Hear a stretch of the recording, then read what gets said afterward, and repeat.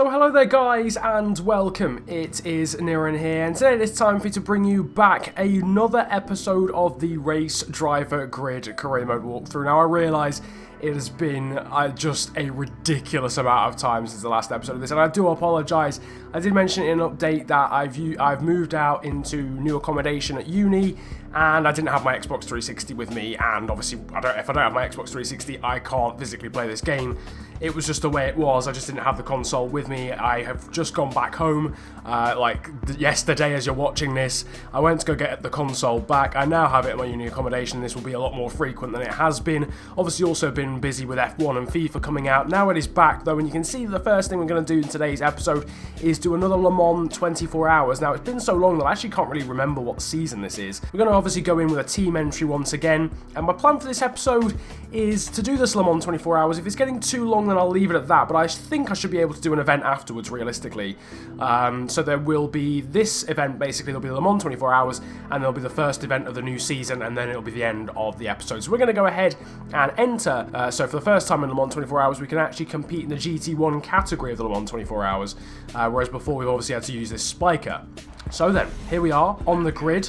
Oliver Gavin in the Corvette is the man that we should be watching out for. And obviously, these are completely new competitors. We're used to having the GT2 guys, you know, Gunnar Jeanette and all of them lot. We've got completely different guys around us. Got some Aston Martins to be battling against Nelson Piquet. I'm guessing that's Nelson Piquet Jr. as in the F1 guy. I don't think it's his dad. Anyway, whatever the circumstance, we are in 9th, which I think is 3rd place in our class after turn 1. But obviously, it's a 24-hour race. Well, I say that, it's not a 24-hour race, although you can make it a 24-hour race. That was always some mad thing about this game. You could actually do a 24-hour race if you wanted to. This is only 24 minutes, it's not 24 hours. Do not worry yourselves. We're going past our teammate here, Matthew Craven, in the other Lamborghini. I think we might change the livery up as well for the start of the new season. I do tend to do that when it comes to new seasons. Is Slipstream even a thing on this game? I get the feeling it's not. I get the feeling this game was too early to be affected by Slipstream. Maybe not. No, we are gaining on this Corvette. Actually, Matthew Craven's been held up by him. The Aston Martin's following us through. That is a blast from the past. That Aston Martin livery. Holy crap. Up the inside, there we go. And into first place in class we go. Probably the least challenged we've been in any Le Mans race so far. Usually we have some sort of incident or accident at the start of a race and we have to fight our way back through the order. But we're leading, sorry. Big lock-up, massive flat spots on the tyres, I imagine, although there's not really a thing on this game. There are lots of things that weren't a thing. Rain. No, it doesn't rain on this game. Yep, that's a thing. It was a beautiful game, this one, Race Driver Grid. Absolute classic of a game. But it just couldn't rain, and I always found that a bit strange, to be honest with you. It just physically couldn't rain. The clouds could not form precipitation within them. And drop it onto the surface below. That wasn't a thing, I'm afraid to say. Anyway, I feel as if we've got a bit sidetracked here. We're in the lead of the class, the headlights are on, it's dark enough to require them, and Matthew Craven is directly behind us. It's a 1-2 at the moment. I haven't played this game in a while, actually, so I'm quite shocked at how quickly I've got used to it. Oh, my word. Oh, no, that's a travesty. Why did I say that? Why did I say that? Why did I say that? Literally, oh yeah, I'm really surprised at how well I'm doing. Just immediately crashes into a barrier. I'm now 5th in the class. And no, that's now become 6th. Oh my goodness me. Not the time to be spinning in front of me. We had an awful time getting out. What is Romain Dumas doing here? He's in a GT2 car in the Porsche and he's just chilling up here with everyone else. So, well, and he's gone past me. He's literally done me dirty. Get out of the way. We're still 5th in class. We are catching Piquet pretty quickly. There's another car ahead of us that we're catching pretty quickly. I think it's the Corvette and our teammate that are battling for the lead in class at the moment. We can pretty comfortably see 3rd in class, so I'm not too worried at the moment. We just need to avoid having any more excursions. Oh, there's another car in the gravel. That's a Corvette. Didn't quite catch who it was, but the Corvettes are having a nightmare at the moment. So that's both of the Corvettes, both the Works Corvettes have found themselves in the gravel. And we managed to sneak around Nelson Piquet as well in that ensuing carnage. So just reached the halfway stage of the Le Mans 24 hours then, and we're currently sat 3rd in the class after our mistake at a corner that we're approaching in about 10 seconds from now. So we'll be hoping to do a much better job. Just completely messed up the line, just completely, yeah, just lost concentration, just wasn't feeling it. And we've done a much better job that time, just about. I think it's starting to get a little bit lighter now. It's not quite as pitch black as it was a moment ago, so the sun is starting to rise once again. We're certainly quicker than the two guys ahead of us. We've been catching them hand over fist. I mean, to be honest with you, endurance racing isn't something that I tend to pay a massive amount of attention to. I used to pay a lot more attention to it back in this era.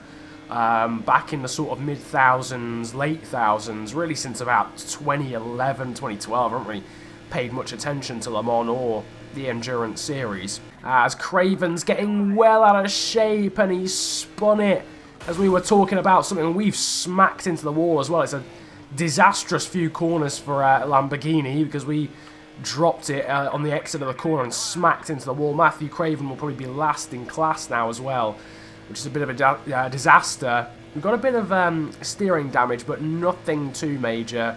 And we're currently sat in an Aston Martin sandwich as we come down into the chicane. I don't think it's going to affect our pace too much, is this damage, realistically. We should be absolutely fine. More disappointed about Matthew Craven spinning off. But yeah, as I was saying, not a massive fan of endurance racing. I used to watch it a lot more back in this era when Corvette were yellow and had the cars, you know, that they do now, and everything was called GT1 and GT2 instead of Pro-Am and Pro GTE or whatever it's called now, or whatever, you know, whatever. As we dip a wheel in the gravel, we need to stop making these costly mistakes because we've only got 7 hours and 20 of this Le Mans 24 hours to go. Gonna at least try and charge down Nelson Piquet. I mean, second in class wouldn't be too bad on our GT1 debut. It's just a shame that, you know, it was looking so good at one stage. It was literally looking like we were going to potentially grab a 1-2 because we were going very quickly and Matthew Craven was in the lead of the race at the time. That definitely is not going to happen unless there's a massive pile-up. I don't think Matthew Craven will even get near the Corvettes as we lunge there at PK. It's all going to come down to the wire, I reckon, boys, as we come through the first corner again. Man, when I was really little, World Endurance Racing was a big thing. Like, it was not quite on par with Formula 1, but probably, I think the order was probably like F1, then BTCC, and then Endurance Racing. I don't really watch BTCC much anymore either because I just don't rate it as much. I'm one of them, like, back in my day guys, you know. Touring cars was so sick in the 90s that it's almost hard to be, in the thousands as well, in the early thousands, that it's almost hard for me to watch BTCC now and be impressed. Anyway, enough digressing and enough nostalgia about British touring cars and endurance racing. We are in the lead of this one, currently, ahead of Pedro Lamy now. In reality, it is very close now to a GT1 win on our debut. The checkered flag will come out now. It is 7th overall, but it's a win in the GT1 class for ourselves in the Lamborghini Murcielago. It's disappointment, though, overall for the team, because it could have been a bit better. We got 7th overall, as I mentioned, but that was, of course, 1st in class from Pedro Lamy, Nelson Piquet, Oliver Gavin, Ron Fellows, and then Matthew Craven, who was 6th out of 6 in terms of the GT1 cars. So in terms of sponsorship payouts, we didn't actually pass Spidey on... I wonder why that is. That must have been because of the damage, I'm guessing, that we picked up. Because we picked up that steering damage. They must have some sort of clause. And I'm going to assume, unfortunately for Matthew Craven, he's going to get very little here. 8.5k from Holly, but apart from that, nothing. It could have been a whole lot better as well. A bit disappointing, really, in the end. We get 450k, though, in terms of money from that race, which is cool. So our balance is now 1.7 mil, which is not too shabby, Alonso. It's the end, though, of Season 5. We earned £3 million in terms of money won, and we gained 230,000 reputation points, or whatever it's called. We're up to 259th in the world, still not really that high. We're actually still in the bottom half of drivers across the world because there's 500 drivers on this game, so we've not even broken into the top half, which would obviously be 250th. And team-wise, actually, we're doing very, very well. We're actually 56th, which means we're almost in the top 25% of teams in the world. Now, though, it is time to start season number 6. The livery was green this year because of the Flying Orangutan channel, the FIFA channel, which, as a cheeky plug, if you haven't subscribed to, make sure to subscribe to in the description below. But I reckon, I don't think we've done a pure blue livery, unless we did in the start of the series. What we'll do basically is we'll literally just change the colour. So now we're blue. Now we're the FNG Racing channel instead of the Flying Orangutan channel. It's now time to get into the first race of season number 6, and then we will end this episode. Let's do a second race in Japan. Let's do a second race in Japan, because that'll be pretty cool. I reckon we can do the GT2 Valvoline Trophy. Let's do that. We earn 100k if we win this, but in the Pro Tune race, or the championship, we actually win 150k. So please, someone remind me to do that series at some point. Righty-ho then. Craven starts on pole, and we start 5th on the grid for this all-spiker race here at the Japanese track. From what I remember, it is a very, very quick one as well. So in these cars, it's going to be an absolute nightmare, as we're going to try and go around the outside of David Shoku through this right-hander and make it stick. That's all fine and dandy. Craven's held onto the lead, which is nice. We want him to try and win, so that should be all cool. It's a 6-lap race here, is this one, as we've got Madoka Hara in front of us. Really nice. No, well, he's gone. He was ahead of us, but he's just completely gone. That looks as if it was a big, big crash there for Madoka Hara. He just disappeared. I was literally about to praise his name, and then he just disappears off the face of the earth. As into the final corner, Mitzato gets a little bit sideways. We're up into P3 though, obviously. I forgot to mention that due to that spin for that guy. On to lap 3 we go. Matthew Craven here is he's being tested for the lead, and he's lost the lead to Mitzato. He's trying to get it back. Mitzato's again defending. Craven, I think, will struggle to get that back because there doesn't seem to be many sort of overtaking opportunities on this track. We've got a massive train of cars behind. Go away, all of you. I think the way things are going, I probably would take 2nd and 3rd here as we get an awful run out of there, and we've just lost the position around the outside. The AI are so quick around this track. It's actually mad. We've been hit there on the inside, which is just stupid. Why would you even try that move? It looks as if 4th is going to be our best option. Craven at least will get 2nd, so it's at least a podium for us. It's not a podium for us, like, specifically, but it's a podium for the team. Mitzato wins, Craven comes 2nd. Just confirmation, though, there that we are actually joint top of the team standings with Nemoto Enterprise, also on 32 points, and we are 12 points clear of NOS Sport in 3rd place. As far as our objectives concerned, we've done pretty poorly, actually. We did manage to pass the last 3, though. Holly, EasyCar.com, and Kappa. So we've earned 23.5k. We actually probably ought to check if we've got any other good good sponsors come through due to our work over the last season, because we haven't actually checked whether we've got any new sponsors. We're going to be starting 10th on the grid, so let's hope to God that this track's actually got some overtaking opportunities. Matthew Craven starting 6th. I do believe we've driven this track before, but in Pro Tuned, and so in cars nowhere near as quick as these. I think we're genuinely going to struggle to do well in this championship, like really struggle. We've got up the inside of 2 drivers there, that was pretty good. And a little bit of rough and tumble, but we're up into P8 actually because we've got someone on exit as well. Craven currently sat in 7th, he's directly in front of us. I don't really know the track very well here either, I think it's a different variation of the one that we did in Pro Tuned. That we won very easily back in Season 5. Up the inside of our teammate we go. Up into P7 though, we're thinking of a move there, not up the inside of that guy, we just tapped him. We are up into P6, we've gone past someone, and Craven followed us through, which is quite nice. Forced a little bit wide here by Madoka Hara, who's got a wonderful name. I was about to praise him about that, but then he spun off in the first race. We've gone around the outside of him, though. There seems to be a lot more overtaking positions here. Kiyoshi Godai is leading at the moment as we go up the inside of Jun Shoji, so that's another position gained. Mitzato here, he's got a black tag above him, so what does that, I can't remember what that means. I think that means that they're like the one to watch throughout the whole championship. I think that means they're like the best driver in the field, or they're like a high-profile driver in that that zone of the world. So I'm guessing this guy ahead of us is like really high up the world rankings, this Mitzato guy, which would explain why he's just carving through the whole field ahead of us. So he's in 2nd at the moment. So he's probably our biggest threat for the championship at the moment. He's beating us again. So you definitely need to beat him in this race as we move up into 3rd place. Lovely little move, and then a little bit of a bump on Mitzato, and he runs out wide, and we go up the inside of him. A little bit of touring car-esque rough and tumble. This guy's positioning his car pretty well, and he's actually, I mean, we're driving away from the guys behind, and this guy's not really struggling to stay ahead of us, so he's pretty quick, although we think about a move up the inside. I'm all outbroke myself, actually, more than attempted to make a move there, but I'm not going to dive bomb it, although that is it's a little bit of a dive bomb. It wasn't the cleanest of moves, I'll give you that, but he did leave the door massively open for that. And through we go, up into the lead of the race, and we should be able to hold on. We should be able to hold on now. I feel as if we've got pace to stay ahead of this guy. Around the hairpin, So complete lap 5 out of 5, and across the line we come, and it is a win in this championship. A much less difficult race than the first one was, realistically. Shuji Mitsato, the guy who won the first race, was 5th in the end, so he should take the lead in the championship. And as you can see, just confirmation that we do take the lead in the championship, 2 points ahead of Mitsato. Craven still sat in a pretty respectable 4th despite coming 8th there. And in the team standings, it is still level, would you believe? It was level after the first race, and it's now level after the second race. We're now both joint on 58 points. In terms of sponsor objectives, we actually failed Spidey on track again. That must be damage related, because we had a bit of steering damage for some reason. That must be the reason why we failed that objective. We got 93k though, and Matthew Craven, I'm guessing, won't get too much. 8.5k for him, because he only came 8th. Third and final race, and it's Okutama, unfortunately, which is the track that the AI were OP at. It is the reverse version, so maybe they won't be quite as good around here. We're starting 8th on the grid. Yeah, I think we've just got to beg and pray that the AI aren't quite as good as they were around the other way round of this track.